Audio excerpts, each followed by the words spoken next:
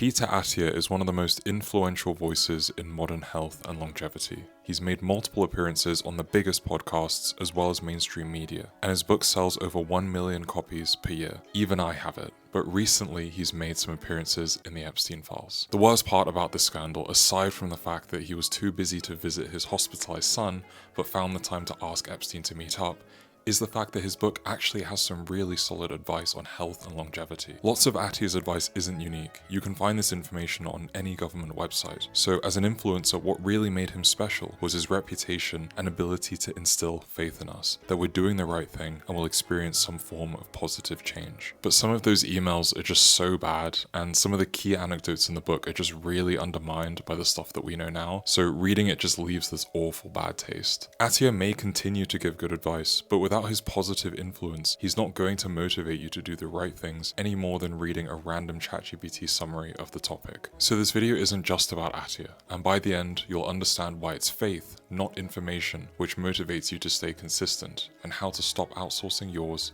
to fitness influencers. And another person who perfectly encapsulates this concept is another doctor in the fitness industry. Imagine you're a new lifter. You've just started going to the gym, but you're obsessed with making more progress faster.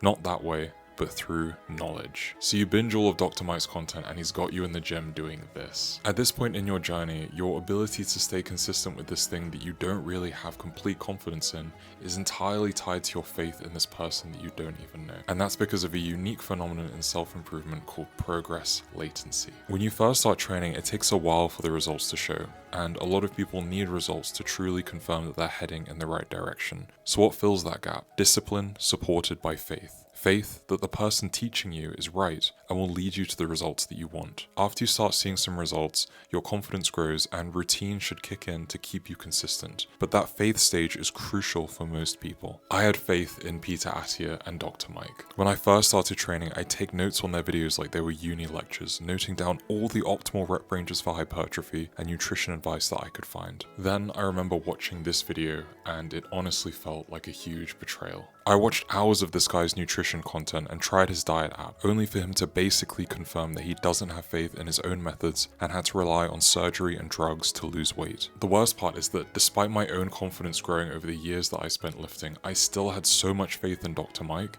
that I actually started to think that the only solution for me was to try the drugs or the surgery. Thankfully, I realized his diet was just awful and that there are better ways to lose weight, but those feelings of betrayal and disillusionment happen all the time in fitness. From Peter Attia proving that you can help tons of people as a doctor and still be a bad person, to fake natties and women getting BBLs to sell programs. So how can you stop yourself from following the wrong people and ending up betrayed and disillusioned?